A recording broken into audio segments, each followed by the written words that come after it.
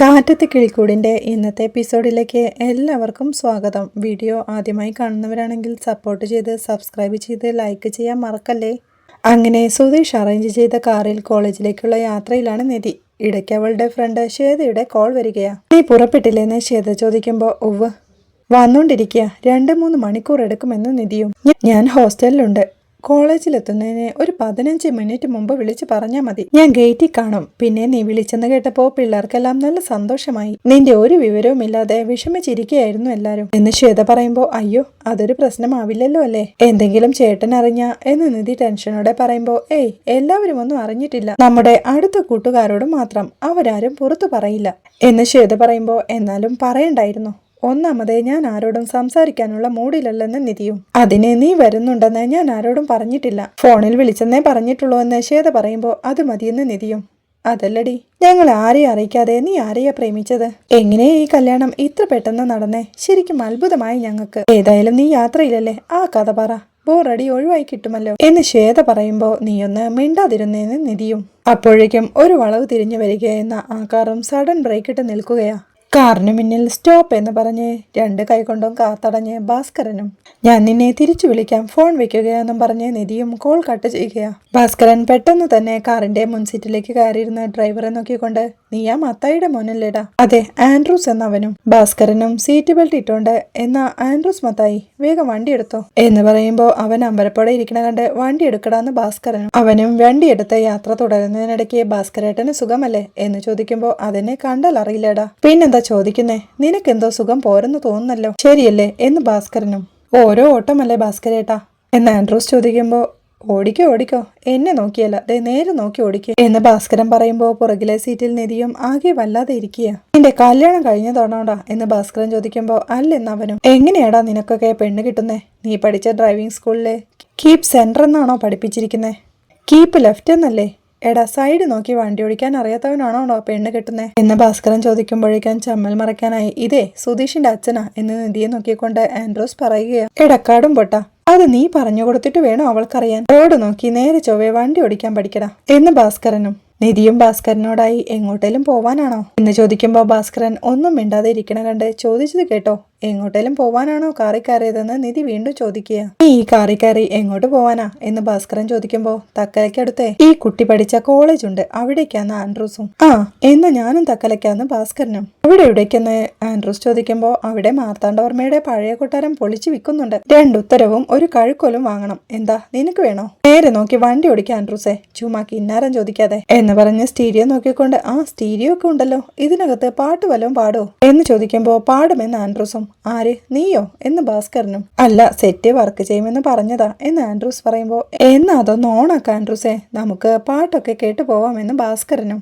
അവനൊരു Malayalam melody song വെക്കുമ്പോഴേക്കും എന്തോന്ന് പാട്ടാടാ ഇത്, ട്രാക്ക് മാറ്റി മോനെ എന്ന് ഭാസ്കരൻ പറയുമ്പോൾ ആൻഡ്രൂസ് ഒരു അടിപൊളി പാട്ട് വെക്കുകയാ.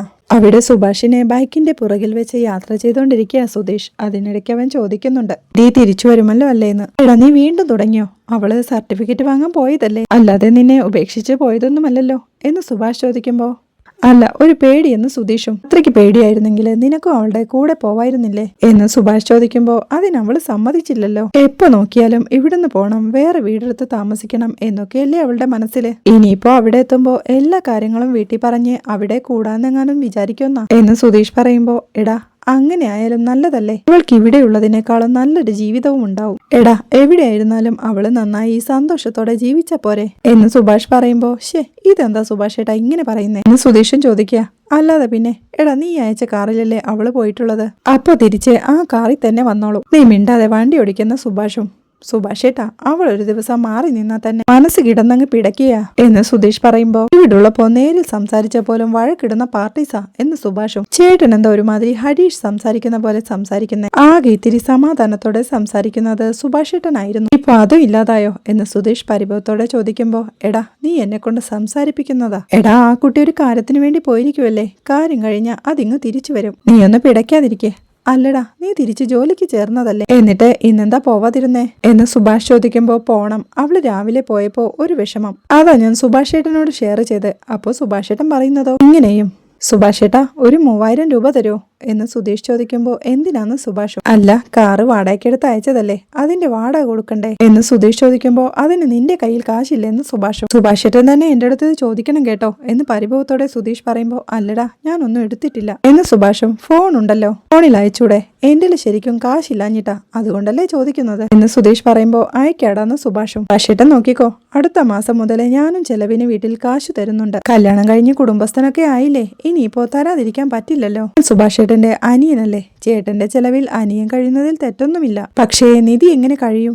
അതുകൊണ്ട് അടുത്ത മാസം മുതൽ ഞാൻ ഉറപ്പായിട്ടും കാശ് തന്നിരിക്കും എന്ന് സുധീഷ് പറയുന്നത് കേൾക്കെ ഓവ് ശരി, നമുക്ക് നോക്കാലോ എന്ന് സുഭാഷും. അങ്ങനെ അവർ മെയിൻ റോഡ് തിരിഞ്ഞ് സൈഡ് റോഡിലേക്ക് കയറുമ്പോഴാണ് റോഡിലൂടെ നടന്നു വരികയായിരുന്ന അമ്മായിയെയും സുനന്ദയെയും കണ്ട് ദേ സുഭാഷ് ഏട്ടാ, അത് കണ്ടോ എന്ന് സുധീഷ് ചോദിക്കുന്നത്. ലളിത അപ്പോഴേക്കും ദേഷ്യത്തോടെ നീങ്ങി നടക്കടേ എന്ന് പറഞ്ഞ് സുനന്ദയെ പിടിച്ച് അരികിലേക്കാക്കിക്കൊണ്ട് നടക്കുമ്പോഴേക്കും സുധീഷ് തന്റെ ബൈക്കിൽ അവരുടെ അരികിലേക്ക് എത്തുകയാ. നേരെ നോക്കി വണ്ടി ഓടിക്കടാ എന്നമ്മായി വിളിച്ചു പറയുമ്പോഴേക്കും എന്നാ പിന്നെ നിങ്ങൾ വന്ന് ഓടിക്കെന്ന് പറഞ്ഞ് സുധീഷും അതിലേ പോവുകയാ. ഓടവിടെന്ന് എന്ന് അവനെ വഴക്കു പറഞ്ഞ് നീ എന്തുവാടി അങ്ങോട്ട് നോക്കിക്കൊണ്ട് നടക്കുന്നേ, നടക്കടി ഇങ്ങോട്ട് എന്ന് തിരിഞ്ഞു നോക്കി നടക്കുന്ന സുനന്ദയെ പിടിച്ചു വലിച്ചുകൊണ്ട് അമ്മായി പോകുമ്പോഴേക്കും സുഭാഷും സങ്കടത്തോടെ തന്റെ കണ്ണീരൊപ്പുന്നുണ്ട്. തിരിഞ്ഞു നോക്കിക്കൊണ്ട് നടക്കുന്ന സുനന്ദയെ ആരെയടി നോക്കുന്നെന്ന് പറഞ്ഞ് അമ്മായിയും പിടിച്ചു വലിക്കുകയാ.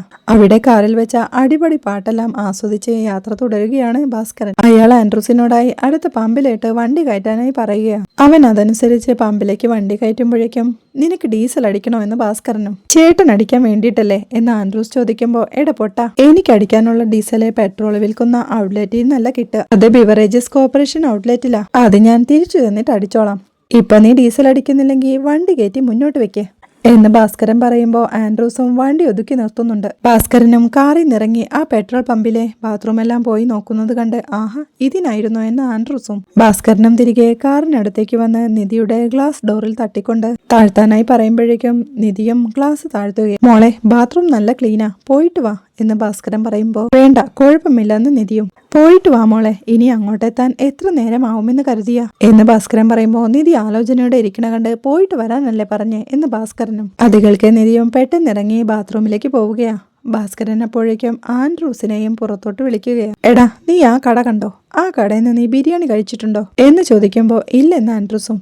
അപ്പോ നീ നല്ല ബിരിയാണി കഴിച്ചിട്ടില്ലെന്ന് അർത്ഥം. ഒരു കാര്യം ചെയ്യേ, അവിടെ ചെന്നിട്ടെ ഒരു കുട്ടൻ ബിരിയാണി പിന്നെ എന്ന് ഭാസ്കരൻ പറയുമ്പോൾ മട്ടൻ ബിരിയാണി അല്ലേ എന്ന് ആൻഡ്രൂസും. നിനക്ക് മട്ടൺ ആണോ ഇഷ്ടം എന്ന് ഭാസ്കരൻ ചോദിക്കുമ്പോൾ അല്ല, ചിക്കൻ എന്ന് ആൻഡ്രൂസും. എന്നാ 2 ചിക്കൻ ബിരിയാണിയും ഒരു കുട്ടൻ ബിരിയാണിയും എന്ന് പറഞ്ഞ് ഭാസ്കരൻ കാശെടുക്കുമ്പോഴേക്കും ആൻഡ്രൂസ് സംശയത്തോടെ നിൽക്കണ കണ്ട് എടാ, ചെറിയ പോത്തുംകുട്ടിയെ അറുത്തുണ്ടാക്കുന്നതാണ് കുട്ടൻ ബിരിയാണി, അവരുടെ സ്പെഷ്യലാ, മിഴിച്ചു നിൽക്കാതെ നീ പോയി വാങ്ങിച്ചോണ്ട് വാ എന്ന് ഭാസ്കരൻ പറയുമ്പോൾ പോകുമ്പോൾ വാങ്ങിച്ചാ പോരെന്ന് അവനും. സമയം കളയണ്ടടാ, നീ വേഗം പോയിട്ട് വാ എന്ന് പറഞ്ഞ് ഭാസ്കരൻ ക്യാഷ് കൊടുക്കുമ്പോഴേക്കും അവനും അത് വാങ്ങിക്കാനായി പോവുകയാ. ഭാസ്കരൻ അപ്പോഴേക്കും ആ കാറെല്ലാം ഒന്ന് മൊത്തത്തിൽ നോക്കിക്കൊണ്ട് അതിന്റെ ഡ്രൈവിംഗ് സീറ്റിലേക്ക് കയറിയിരിക്കുകയാ. അപ്പോഴേക്കും നിധിയും അങ്ങോട്ടെത്തി കാറിൽ കയറുമ്പോഴേക്കും കുടിക്കാൻ വെള്ളം വേണോ എന്ന് ഡ്രൈവിംഗ് സീറ്റിലിരുന്ന് ഭാസ്കരൻ ചോദിക്കുന്നതാണ്. ഒരു ഞെട്ടലോടെ നോക്കിക്കൊണ്ട് വേണ്ട എന്ന് നിധിയും. എന്നാ പോവാം എന്ന് ഭാസ്കരൻ ചോദിക്കുമ്പോൾ ഡ്രൈവർ എവിടെ പോയി എന്ന് പരിഭ്രമത്തോടെ നിധി ചോദിക്കുക. അത് വകയ്ക്കാതെ മറുപടിയൊന്നും കൊടുക്കാതെ ഭാസ്കരൻ സീറ്റ് ബെൽറ്റ് ഇട്ടുകൊണ്ട് കാറും എടുത്ത് വലിയ നാഷണൽ പെർമിറ്റ് ലോറി ഓടിച്ചിട്ട് ഈ മൂട്ട ഓടിക്കുമ്പോൾ ഓടിക്കുന്നതിന്റെ ഒരു ഫീൽ ഇല്ല എന്ന് പറഞ്ഞോടിച്ച് ബിരിയാണി വാങ്ങിക്കാനായി പറഞ്ഞയച്ച കടയുടെ മുമ്പിൽ എത്തുമ്പോഴേക്കും ആൻഡ്രൂസും ബിരിയാണിയുമായി വരുന്നുണ്ട്. ചേട്ടൻ വണ്ടി ഇങ്ങോട്ടെടുത്തോ എന്ന് ആൻഡ്രൂസ് ചോദിക്കുമ്പോൾ നീ ഇവിടെ നിൽക്കല്ലേ, പോകാൻ പറ്റോ, വാ കയറെന്ന് ഭാസ്കരൻ. ഞാൻ ഓട്ടിക്കാമെന്ന് ആൻഡ്രൂസ് പറയുമ്പോ ഇത് ടാറ്റൻ ടാങ്ക് ഒന്നുമല്ലല്ലോ നിനക്ക് ഓടിക്കാനായിട്ട്, കേറടാന്ന് ഭാസ്കരൻ പറയുമ്പോഴേക്കും ആൻഡ്രൂസ് ചെന്ന് കോ ഡ്രൈവിംഗ് സീറ്റിൽ ഇരിക്കുമ്പോഴേക്കും ഭാസ്കരനും വണ്ടി എടുക്കുകയാ. ദിയം ആകെ പരിഭ്രമത്തോടെ കാറ് ഡ്രൈവർ ഓടിച്ചോളും എന്ന് പറയുമ്പോ ഓടിക്കുന്നവൻ ആരാണോ അവനാണ് ഡ്രൈവർ, മിണ്ടാതിരിക്കുന്ന നിധിയോടായി പറഞ്ഞ് എടാ ആൻഡ്രൂസേ, നീ നോക്കി പഠിച്ചോ, ഇങ്ങനാണ് വണ്ടി ഓടിക്കുന്നത്, ഗിയർ മാറ്റുന്നതും ബ്രേക്ക് ചവിട്ടുന്നതൊന്നും വണ്ടിക്കകത്തിരിക്കുന്നവര് അറിയാൻ പാടില്ല, അല്ലാതെ നെല്ല് കുത്തുന്ന മെഷീൻ ഓടിക്കുന്ന പോലെയല്ല, നിനക്കൊക്കെ ആരാ ലൈസൻസ് തന്നെ എന്ന് ചോദിച്ച് വണ്ടി ഓടിച്ചോണ്ട് പോവുകയാ. പിന്നീട് ഒരു മരത്തണലിൽ വണ്ടി നിർത്തി നമുക്കിനി വല്ലതും കഴിച്ചിട്ട് പോവാം അല്ലേ മത്തായിയുടെ മോനെ എന്ന് ചോദിക്കുമ്പോ ആയിക്കോട്ടെ എന്നവനും. എന്നാ പിന്നെ ആ കവറിങ്ങോട്ട് താന്ന് പറഞ്ഞ് അവന്റെ കയ്യിൽ നിന്ന് ആ ബിരിയാണി പൊതി വാങ്ങിച്ച് അതിന്ന് ഒരെണ്ണം എടുത്ത് ഇന്ന മോളെ CB ചിക്കൻ ബിരിയാണി ഇതാ എന്ന് പറഞ്ഞ് നീട്ടുമ്പോ എനിക്ക് വേണ്ടെന്ന് നിധിയും. പിന്നെ പട്ടിണി കിടക്കാനാണോ ഭാവം, കഴിക്ക് പെണ്ണെ എന്ന് ഭാസ്കരൻ പറയുമ്പോ അവിടെ എത്തണ്ടേന്ന് നിധിയും. കോളേജ് എങ്ങോട്ടും പോവില്ല, അവിടെ തന്നെ ഉണ്ടാവും, 5 മണി വരെയാ ഓഫീസ്, ഫുഡ് പക്ഷേ ഇനി അങ്ങോട്ടും നല്ലത് കിട്ടില്ല, അതുകൊണ്ടാ കഴിക്കാൻ പറഞ്ഞേ, കഴിക്കെന്ന് പറഞ്ഞ് ഭാസ്കരൻ വീണ്ടും നീട്ടുമ്പോ നിധി അത് വാങ്ങിക്കുകയാ. സലാഡ്, അച്ചാറ്, പപ്പടം എല്ലാം ഇതിനകത്തുണ്ടെന്ന് പറഞ്ഞ് ഭാസ്കരൻ ആ കവറ് നിധിയുടെ കയ്യിലേക്ക് കൊടുക്കുകയാണ്. പിന്നീട് ആൻഡ്രൂസിനെ വിളിച്ച് വാടാ നമുക്ക് പുറത്തിരുന്ന് കഴിക്കാമെന്ന് പറഞ്ഞ് പുറത്തോട്ടിറങ്ങി അവനോട് ഡിക്കി തുറക്കാനായി പറഞ്ഞ് അവന്റെ കയ്യിൽ നിന്ന് വെള്ളവും വാങ്ങി കൈയും മുഖവും എല്ലാം കഴുകി ഡിക്കിയിലേക്ക് ഇരുന്ന് പുറകിലേക്ക് തിരിഞ്ഞു നോക്കിയിരിക്കുന്ന നിധിയോട് മോള് കഴിച്ചോ എന്ന് പറഞ്ഞ് കഴിക്കാനായി തുടങ്ങുകയാണ് ഭാസ്കരനും നിധിയും. കഴിക്കുമ്പോഴേക്കും എങ്ങനെയുണ്ട് മോളെ എന്ന് ഭാസ്കരൻ വിളിച്ചു ചോദിക്കുക. കൊള്ളാമെന്ന് നിധിയും. പിന്നീട് അവർ കോളേജിലെത്തുമ്പോഴേക്കും ഭാസ്കരനും മുൻസീറ്റിലിരുന്ന് ഉറങ്ങുകയായിരുന്നു. ആൻഡ്രൂസ് പെട്ടെന്ന് ബ്രേക്ക് ചവിട്ടി വണ്ടി നിർത്തുമ്പോഴേക്കും ഭാസ്കരനും ഞെട്ടി ഉണർന്ന് എന്തുവാടായി കാണിക്കുന്നത്? ബ്രേക്ക് ചവിട്ടി ആളെ പേടിപ്പിക്കുന്നു. സത്യം പറയടാ, നീ ആ ഗംഗാധരന്റെ കൊട്ടേഷനുമായി വന്നതല്ലേ എന്ന് ചോദിക്കുമ്പോ കോളേജ് എത്തിയത് കൊണ്ട് നിർത്തിയതാ ഭാസ്കരേട്ടാ എന്ന ആൻഡ്രൂസും. അതിനിടയ്ക്ക് കോളേജിൽ വന്നോ? നീ പഠിച്ച കോളേജാണോ മോളെ എന്ന് നിധിയോടായി ചോദിക്കുമ്പോ അതെ എന്ന് നിധിയും. എന്തുവാ പഠിച്ചെന്ന് ഭാസ്കരൻ ചോദിക്കുമ്പോ BArch എന്ന് നിധിയും. മനസ്സിലായോടെന്ന് ഭാസ്കരൻ ആൻഡ്രൂസിനോടായി ചോദിക്കുമ്പോ ഇല്ലെന്ന് അവൻ. നീ ആദ്യം ബ്രേക്ക് എന്താണെന്ന് പഠിക്കേ, എന്നിട്ട് ചവിട്ടാൻ പഠിക്കേ, എന്നിട്ടാവാം BArch എന്താണെന്ന് മനസ്സിലാക്കാൻ എന്ന് ഭാസ്കരൻ അവനോടായി പറയുമ്പോഴേക്കും നിധി കാറിൽ നിന്ന് ഇറങ്ങിച്ചെന്ന് ശ്വേതയെ ചേർത്ത് പിടിക്കുമ്പോഴേക്കും ഹാപ്പിയാണല്ലോ അല്ലേ എന്ന് ശ്വേതയും ചോദിക്കുക. അങ്ങോട്ട് വന്ന ഭാസ്കരനും അവൾക്ക് എന്താ ഹാപ്പിനെസ്സിന് കുറവ്? She is always happy. By the by ആരാ ഇത്? ഷീ എന്ന് ഭാസ്കരൻ ചോദിക്കുമ്പോ എന്റെ ഫ്രണ്ടാ ശ്വേത എന്ന് നിധിയും. ഫ്രണ്ടാണോ? നൈസ് ടു മീറ്റ് യു എന്ന് ഭാസ്കരൻ പറയുമ്പോ ഞങ്ങൾ പോയിട്ട് വരാം എന്ന് നിധിയും. ശരി ചെല്ല്, ഞാൻ ഇവിടെ തന്നെ ഉണ്ടാവുമെന്ന് ഭാസ്കരൻ പറയുമ്പോ നിധി ശ്വേതയെയും കൂട്ടിക്കൊണ്ട് നടന്നു തുടങ്ങുകയാ. ആരടി ഇതെന്ന് ശ്വേത ചോദിക്കുമ്പോഴേക്കും അവളെന്ന് ഭാസ്കരൻ പുറകിന്ന് വിളിക്കുക. നിധി തിരിഞ്ഞു നോക്കുമ്പോഴേക്കും കുടിക്കാൻ വെള്ളം വേണോന്ന് ഭാസ്കരനും. വേണ്ടെന്ന് നിധി പറയുമ്പോ എന്നാ വേഗം പോയിട്ട് വാ, എന്തെങ്കിലും പ്രശ്നമുണ്ടെങ്കിൽ വിളിക്കെന്ന ഭാസ്കരനും. അത് സമ്മതിച്ചുകൊണ്ട് പോകുമ്പോഴേക്കും അതാരാടിന്ന് ശ്വേത വീണ്ടും ചോദിക്കുക. ആദ്യം നീ നിന്റെ വിശേഷങ്ങൾ പറ എന്ന് നിധിയും. ഭാസ്കരനും കാറും ചാരി നിന്ന് സിഗരറ്റ് എടുക്കാൻ തുടങ്ങുമ്പോഴേക്കും ചേട്ടാ കോളേജാ എന്ന് ആൻഡ്രൂസ് ഓർമ്മിപ്പിക്കുക. ഓ കോളേജാണല്ലേ, ഇനി ആ പൊല്ലാപ്പ് വേണ്ടെന്ന് പറഞ്ഞ ഭാസ്കരൻ സിഗരറ്റ് തിരികെ വെക്കുകയാണ്. കോളേജ് വരാന്തയിലൂടെ നടക്കുന്നതിനിടയിൽ നീ ഇത്ര പെട്ടെന്ന് കല്യാണം കഴിക്കുമെന്ന് ആരും വിചാരിച്ചില്ല. അതും ഓടിപ്പോയി. എല്ലാവർക്കും വലിയ ഷോക്കായി പോയി. എന്തൊക്കെ ഡ്രീംസ് ആയിരുന്നു നിനക്ക്? മാസ്റ്റേഴ്സിന് ഫോറിനിൽ പോകണം, വലിയ ജോലി നേടണം, എന്നിട്ട് എന്തൊക്കെയാ അവസാനം സംഭവിച്ചത്? നിന്റെ പ്രസംഗത്തിൽ പറഞ്ഞതിനൊക്കെ ഘടകവിരുദ്ധമായ ഒരു ലൈഫ്. നിന്നെ കിട്ടാനായി ഫോണിൽ ഒരുപാട് ശ്രമിച്ചു, അതും നിവൃത്തിയില്ലായിരുന്നു. എന്താ ശരിക്കും സംഭവിച്ചത്? എന്തിനാ ഇത്രയും തിടുക്കത്തിൽ കല്യാണം കഴിച്ചത്? ആരാണ് പയ്യൻ എന്നൊക്കെ ശ്വേത ചോദിക്കുമ്പോ പറയാം ഇങ്ങനെ ഒറ്റ ശ്വാസത്തിൽ ചോദിച്ചാൽ എങ്ങനെയാ എന്ന് നിധി പറയുമ്പോ എന്നാലും പറ, എന്നാലും നിന്റെ കല്യാണം എത്രയും പെട്ടെന്ന് എങ്ങനെയാ നടന്നത് എന്ന് ശ്വേത വീണ്ടും ചോദിക്കുക. അതൊരു വലിയ കഥയാ, പെട്ടെന്ന് സംഭവിച്ചു പോയൊരു കഥ. പെട്ടെന്ന് പറഞ്ഞാലൊന്നും തീരില്ല, ഒരു ദിവസം വിശദമായിട്ട് പറയാം പോരെ എന്ന് നിധി ചോദിക്കുമ്പോ ശരി, കല്യാണം കഴിഞ്ഞു എന്നുള്ളത് ശരിയാ. എന്തിനാ നീ എല്ലാവരുമായി കോണ്ടാക്ട് വരെ ഉപേക്ഷിച്ചത്? നമ്പറില്ല, എവിടെയാണെന്നറിയില്ല. അതെന്തിനാന്ന് ശ്വേത ചോദിക്കുമ്പോ പറഞ്ഞില്ലേ അതങ്ങനെ സംഭവിച്ചു പോയി എന്ന് നിധിയും. അപ്പോഴാണ് ശ്രീധരൻ ചേട്ടനെ കാണുന്നത്. ശ്രീധരൻ ചേട്ടാ എന്ന് നിധി വിളിക്കുമ്പോ നിധിയോ സുഖായിരിക്കുന്നോ എന്നയാൾ ചോദിക്കുമ്പോ സുഖായിരിക്കുന്നു എന്ന് നിധിയും. എന്താ ഇവിടെ എന്ന് വീണ്ടും ചോദിക്കുമ്പോ എന്റെ സർട്ടിഫിക്കറ്റ് മിസ്സായിരിക്കുന്നു, അതിനിവിടെ റീഅപ്ലൈ ചെയ്യണമെന്ന് നിധി പറയുമ്പോ ശരി വാ എന്ന് പറഞ്ഞ് ശ്രീധരൻ ചേട്ടൻ അവരെയും കൂട്ടിക്കൊണ്ട് പോവുകയാ. അയാൾ അവരെ ഓഫീസിലേക്ക് കൂട്ടിക്കൊണ്ട് പോവുകയാ. നിധിയും ശ്വേതയും അകത്തേക്ക് കയറിക്കൊണ്ട് ഗുഡ് ആഫ്റ്റർനൂൺ മാഡം എന്ന് പറയുമ്പോൾ ഗുഡ് ആഫ്റ്റർനൂൺ നിധി എന്ന മാഡവും. മാഡം ഞാൻ ഡിഗ്രി സർട്ടിഫിക്കറ്റിന് അപേക്ഷിക്കാൻ വന്നതാ എന്ന് നിധി പറയുമ്പോൾ സർട്ടിഫിക്കറ്റ് തന്നതാണല്ലോ എന്ന് മാഡവും. അത് മിസ്സായി മാഡം എന്ന് നിധി പറയുമ്പോൾ കോൺവെക്കേഷൻ കഴിഞ്ഞിട്ട് മാസങ്ങളെ ആയില്ല, അപ്പോഴേക്കും അത് മിസ്സായോ എന്ന് മാഡം ചോദിക്കുമ്പോ അവിടെ ഇരിക്കായിരുന്ന ഒരു സാറ് ചോദിക്കുന്നുണ്ട് എങ്ങനെയുണ്ട് നിധി പുതിയ ജീവിതം? പെട്ടെന്ന് വൈറലായല്ലോ അല്ലേ? കുറെ വാർത്തകൾ ഞാനും കണ്ടിരുന്നു എന്ന് പറയുമ്പോ കൂടെയുള്ള സാറും അതെന്താന്ന് ചോദിക്കുക. ഒരു പെൺകുട്ടി നിശ്ചയത്തിന്റെ തലേന്ന് കാമുകനോടൊപ്പം ഒളിച്ചോളി പോലീസ് സ്റ്റേഷനിൽ വെച്ച് കല്യാണം നടത്തിയെന്നൊരു വാർത്തയുണ്ടായിരുന്നു, ആ കുട്ടിയാ ഇത് എന്ന് സാറ് പറയുമ്പോ എനിക്ക് പെട്ടെന്ന് മനസ്സിലായില്ല. ഇപ്പൊ ഓർക്കുന്നു, ചേസിംഗ് ആയിട്ട് സിനിമ സ്റ്റൈലിലായിരുന്നല്ലോ കല്യാണം എന്ന് മറ്റേ സാറും പറയുമ്പോ നന്നായി പഠിച്ച് ഗോൾഡ് മെഡൽ വാങ്ങിയ കുട്ടിയാണ്. വെക്കേഷൻ ഡേയിലെ പ്രസംഗമൊക്കെ കേട്ടപ്പോ ഞങ്ങൾക്കും അഭിമാനമായിരുന്നു എന്നവരോടായി പറഞ്ഞ് ഇത്ര പെട്ടെന്ന് ലൈഫ് സ്പോയിൽ ചെയ്തല്ലോ മോളെ. ഡിഗ്രി സർട്ടിഫിക്കറ്റിന് അപ്ലൈ ചെയ്യണമെങ്കിൽ പ്രിൻസിപ്പാളിനെ കണ്ട് അപേക്ഷ കൊടുക്കണം, പ്രിൻസിപ്പാൾ എത്തിയിട്ടില്ല, അതുവരെ വെയിറ്റ് ചെയ്യുന്ന അവർ പറയുമ്പോൾ ശരി മാഡം എന്ന് പറഞ്ഞ് നിധിയും ശ്വേതയും പുറത്തോട്ടിറങ്ങി പോവുകയാ.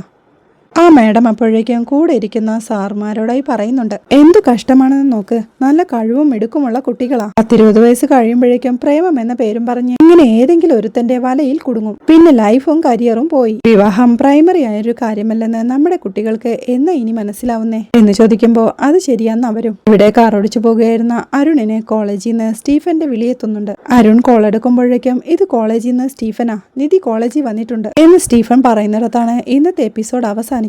വീഡിയോ ഇഷ്ടമായാൽ സപ്പോർട്ട് ചെയ്ത് സബ്സ്ക്രൈബ് ചെയ്ത് ലൈക്ക് ചെയ്യാൻ മറക്കല്ലേ.